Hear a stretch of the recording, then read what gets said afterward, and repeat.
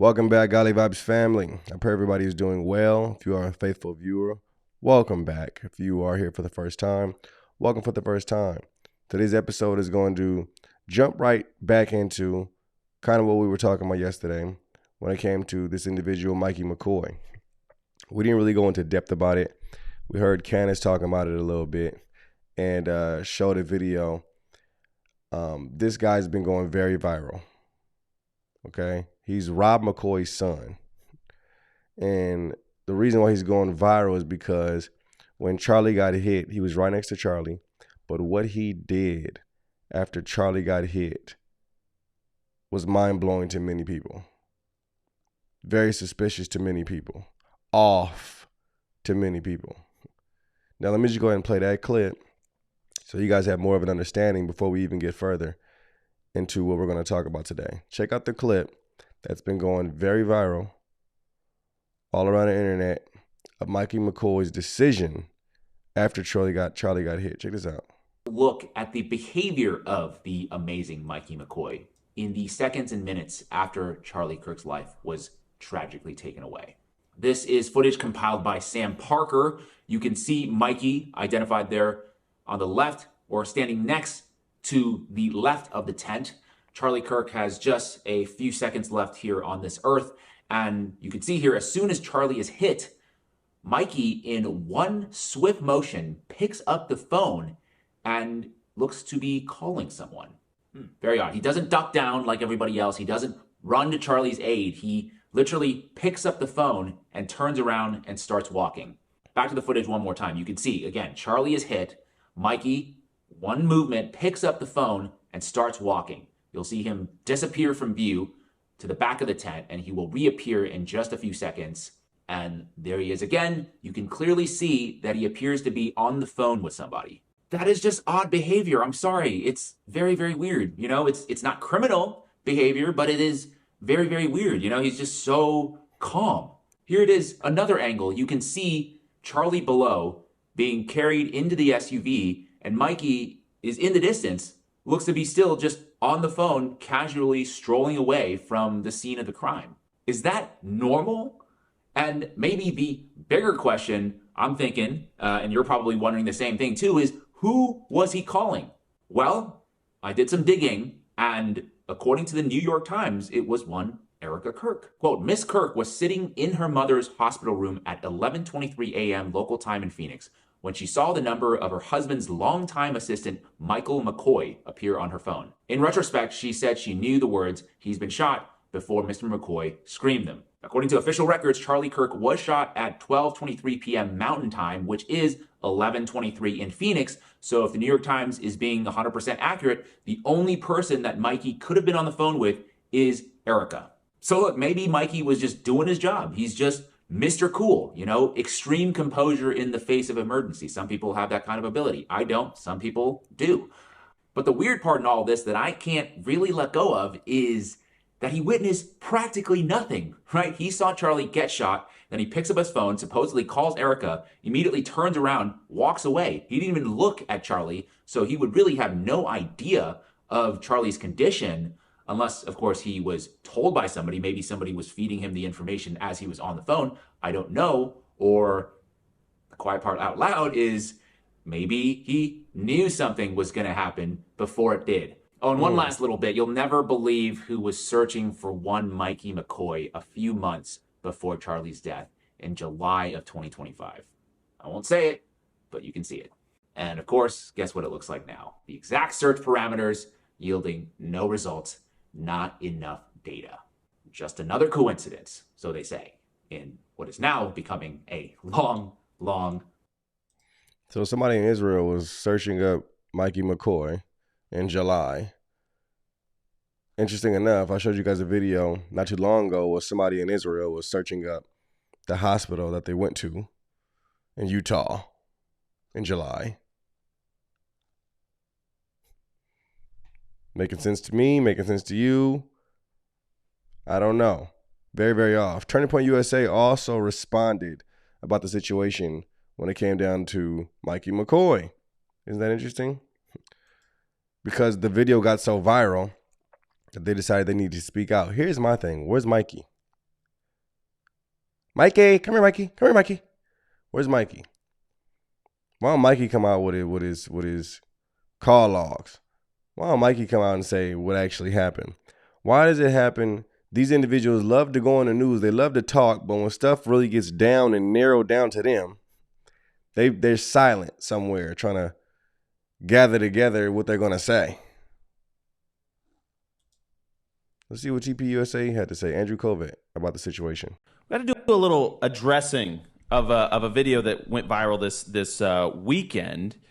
And it's a video of Charlie's chief of staff. We made the decision that we wanted to address this head on because, you know, candidly, there's so much intrigue. And I'm gonna do a generous thing. The intrigue is because people care about Charlie. Okay, so that part I understand. You're more generous than I'd be. Yes, and that's fine. And I am going to give you the floor here now, Blake, because you were there and you actually interacted with Mikey. You were with Mikey. You left the scene and then connected with Mikey. So explain what the video is. All right, I'm not going to set the scene. I'm not going to wallow in it at length, but people have. It's gone viral and people have asked us to address it, and we're going to do so briefly. The video, without going way into it, is by, I can't even remember the guy's name. Someone made a video that is attacking Mikey, Charlie's friend, Charlie's chief of staff, a guy all of us know, a guy who we've seen on the show here the last few weeks. They are attacking him, claiming, based on a few seconds of clips. Here's what I don't like. I don't like the word attack. When somebody notices something that's off and brings it to the light, I don't necessarily think that's attacking anybody. It's pointing something out. That could be true or could be false. Attack? That he allegedly has like a nonchalant or calm reaction to Charlie's murder. And I'm just going to be blunt about this. This is a extremely disgusting attack. And I can speak to that because I was there when it happened and I was next to Mikey when it happened. And what I can say is, I can't say every single thing that happened, but I want to talk about this specific narrow thing. That the shooting occurs. I am next to Mikey. Both of us hear a loud crack. We both turn. We both see Charlie, who has been shot. Both of us, I think at about the same time, realize that that means there is a shooter who is on the scene. And you just hear the crack, so you don't know, did it come from far away? Did it come from close? Is there a mass shooter unfolding right now? So I and him both had the reaction of, let's get out of here before we're both shot. That is not us abandoning Charlie. Charlie had a security team. They all leapt immediately into action, and they got Charlie out of there, which was what their job was to do. My job was not to get in the way and screw this up because I had to be a hero. That was not my job. I remember even running past both of us. Sir, that was not the case when it came to Mike. Okay? Maybe with you, I don't even know where he was. If anybody could point out where he was, let me know. Maybe you ran.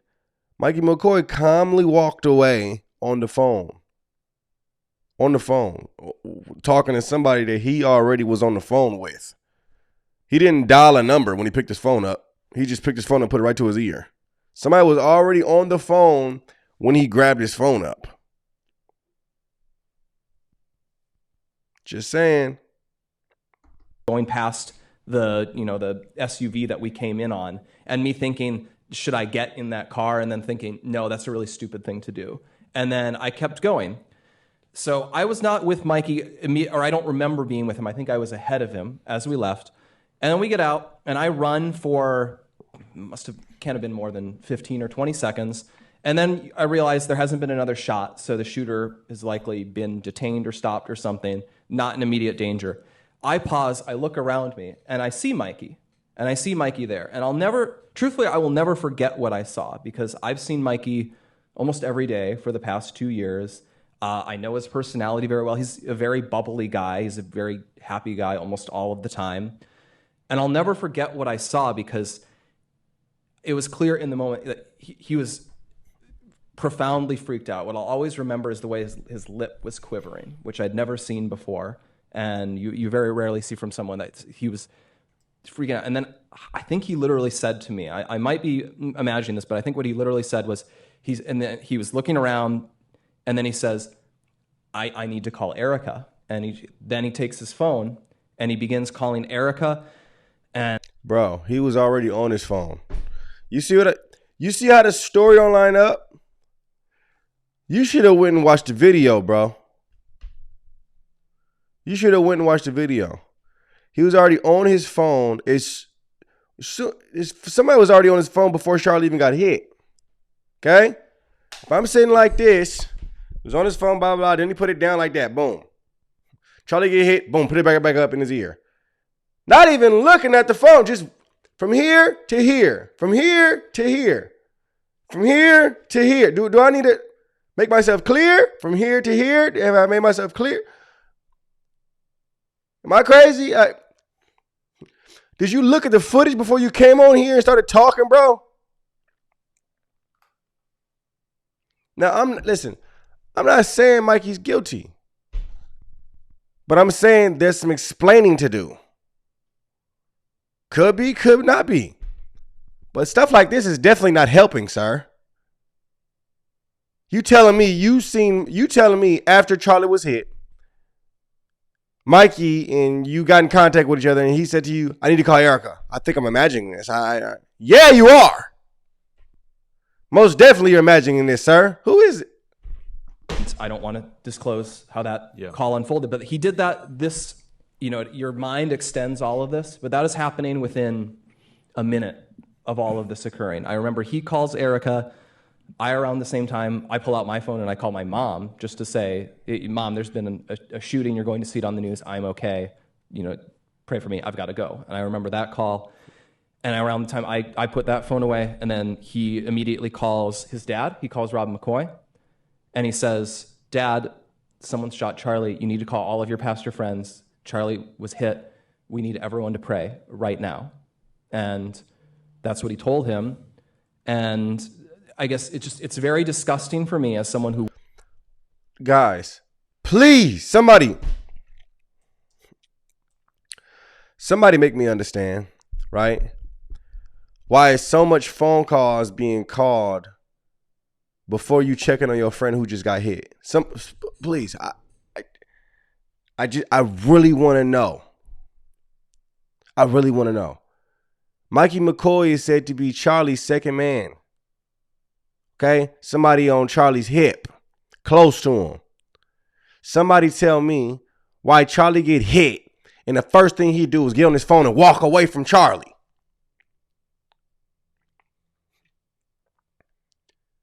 If my boy got hit right in front of me, the first thing I'm doing is not grabbing my phone and walking away. Now, granted, I'm not in that position. But say if I ran when I heard a shooter,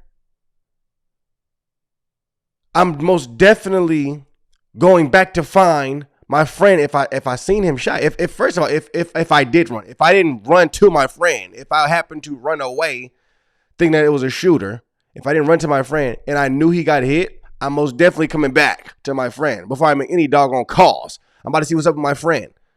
How's my friend doing? What in the world? My friend just got hit. I can understand if his mind was all over the place because he heard a gunshot and seen his friend get hit and then he ran. I can understand that, right? I wouldn't be somebody who would be like, that was the right thing to do. If anything, I'd say you should have ran and covered your friend or grabbed your friend. But if he did do that, I would understand that, right? His mind is frantic. He's like, whoa, oh my gosh, I might be a shooter. He might still be shooting. I gotta go. But once you realized there's no more shots, I would have ran and like, where's my boy? Like, not on the phone calling this person and calling that person. Is my like, where is he? Where is he?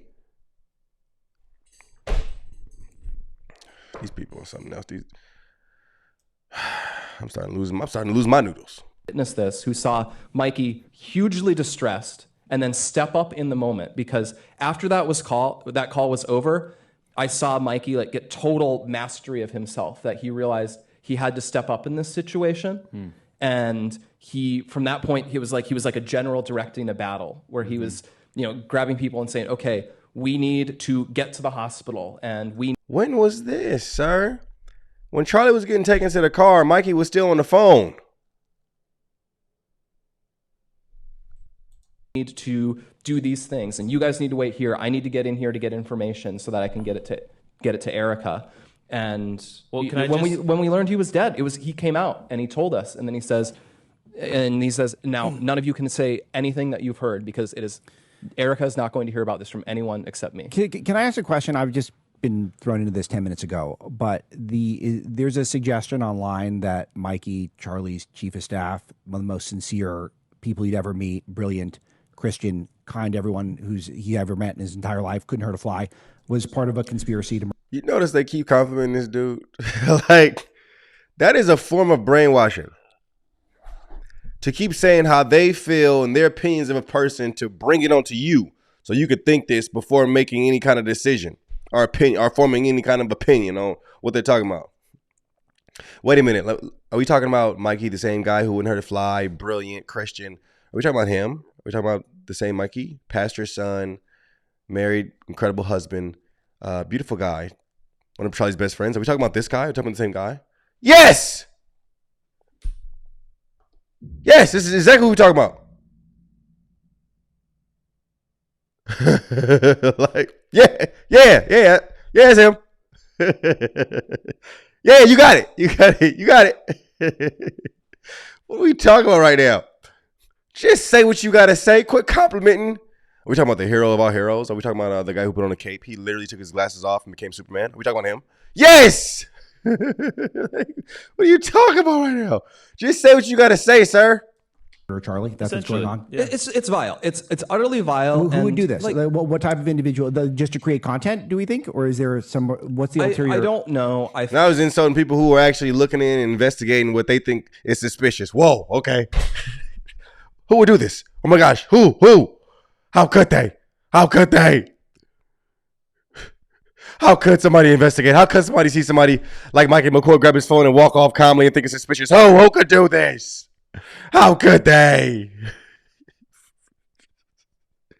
These dudes are loopties.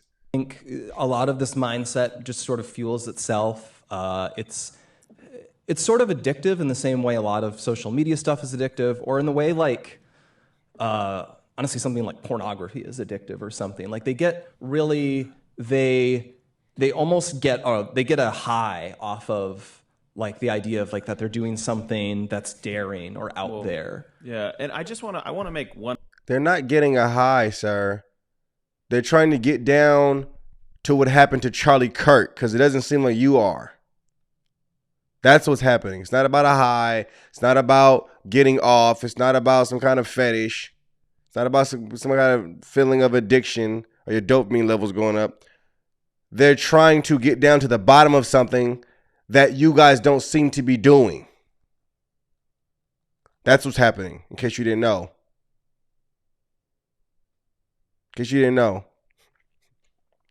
And it's not like everybody's just jumping like Team Candace and stuff like that. It's just COs happens to be one of the few people looking into the investigation, point out different things that are connections. That's it.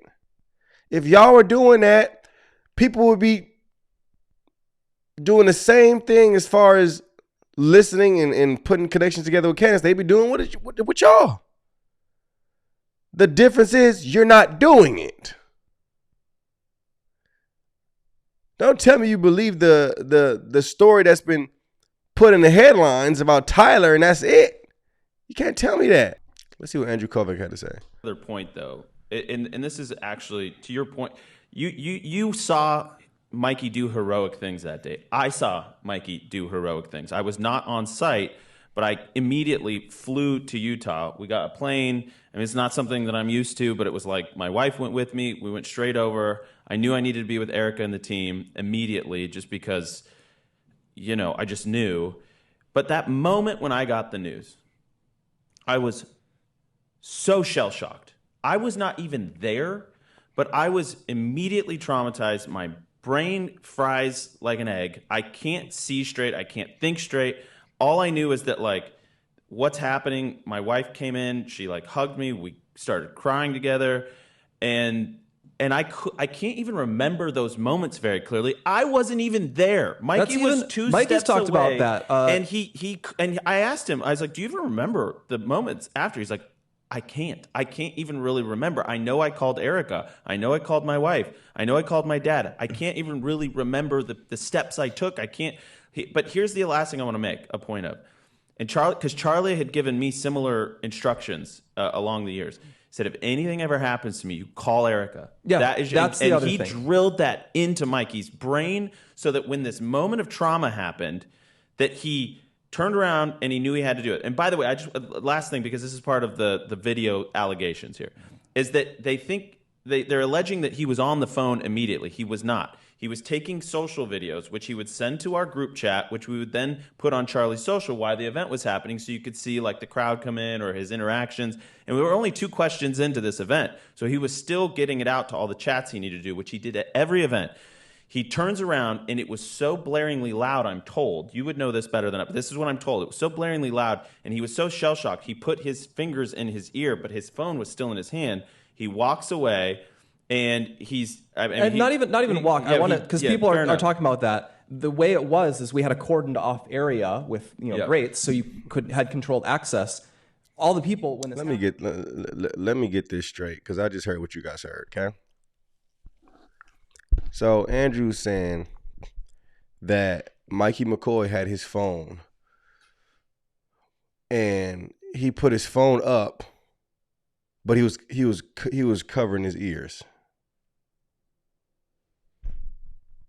That's what he just said, right? I almost ended the show right now. I can't. You saying he had his phone and he wanted, so that's what that was.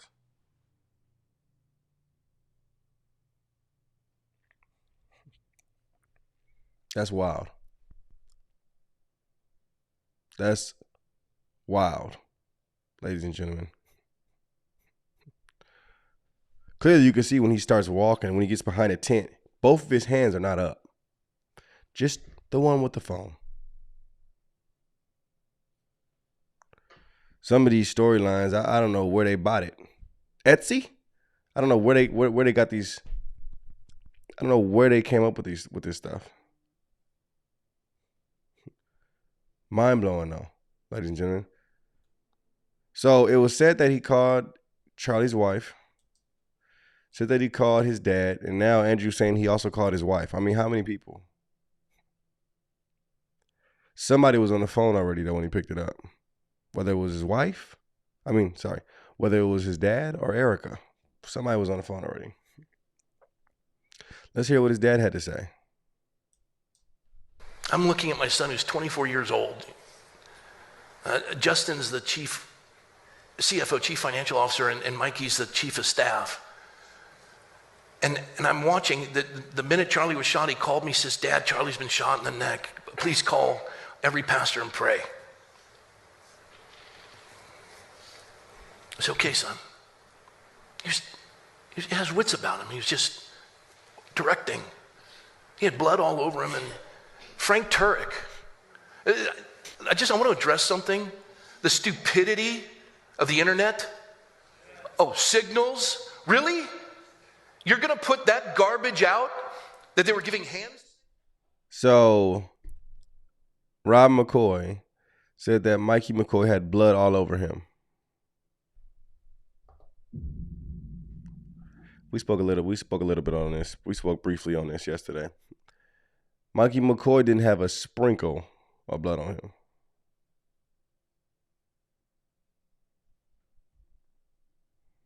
And it's interesting how he won't come out and talk right now when a lot of stuff is being pointed at him and viral videos of him. But he sure was quick to talk right after Charlie was hit and assassinated. Charlie, when he was killed, died at the peak of his faith.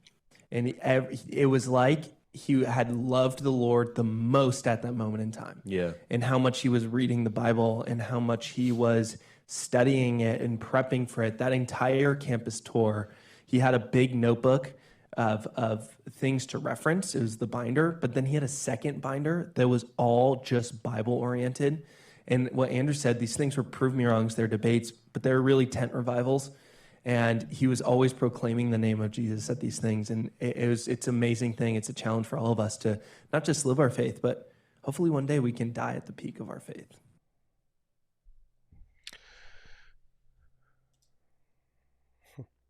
I love what was said right there.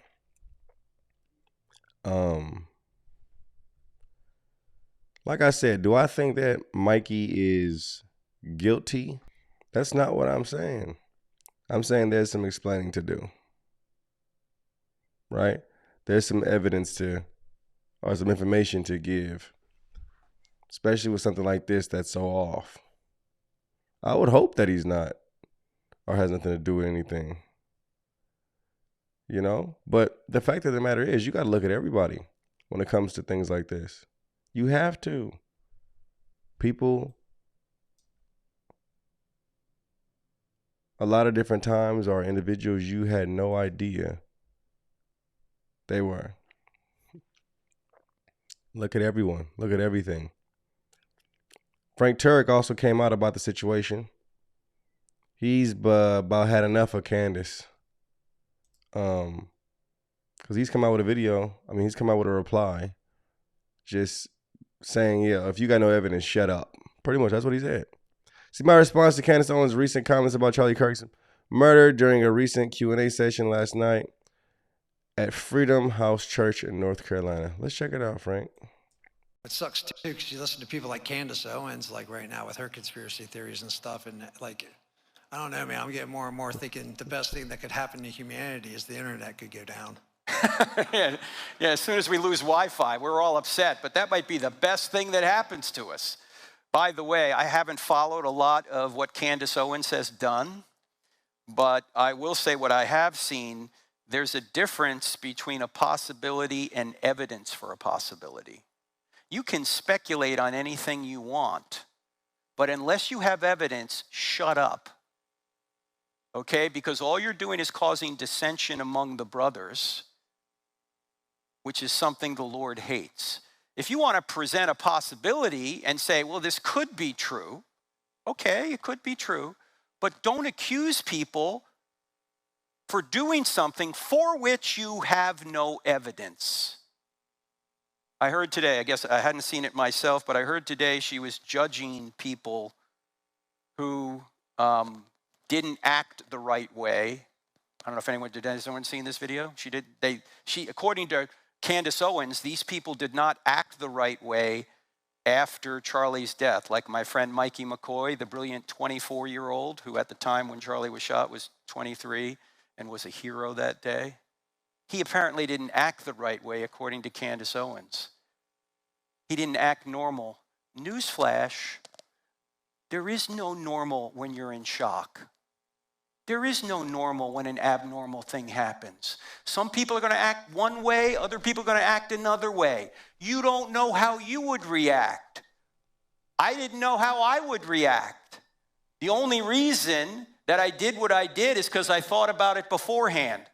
I was afraid somebody would take a shot at Charlie, and I thought to myself, if it does happen, what am I going to do? Decide now.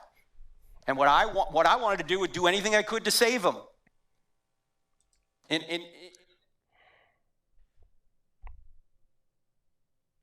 At the end of the day, nobody should be calling what Candace is connecting conspiracy theories. You know, this is a girl who just wants truth about what happened to her friend. And the fact of the matter is, when different people get called out, they never want to talk. Why not? You're all supposed to be close to Charlie. You're all supposed to be, at this point, you're supposed to be like this, locked in. If a question is happening and you know the truth and you have nothing to do with anything, why not just answer the question? Why not?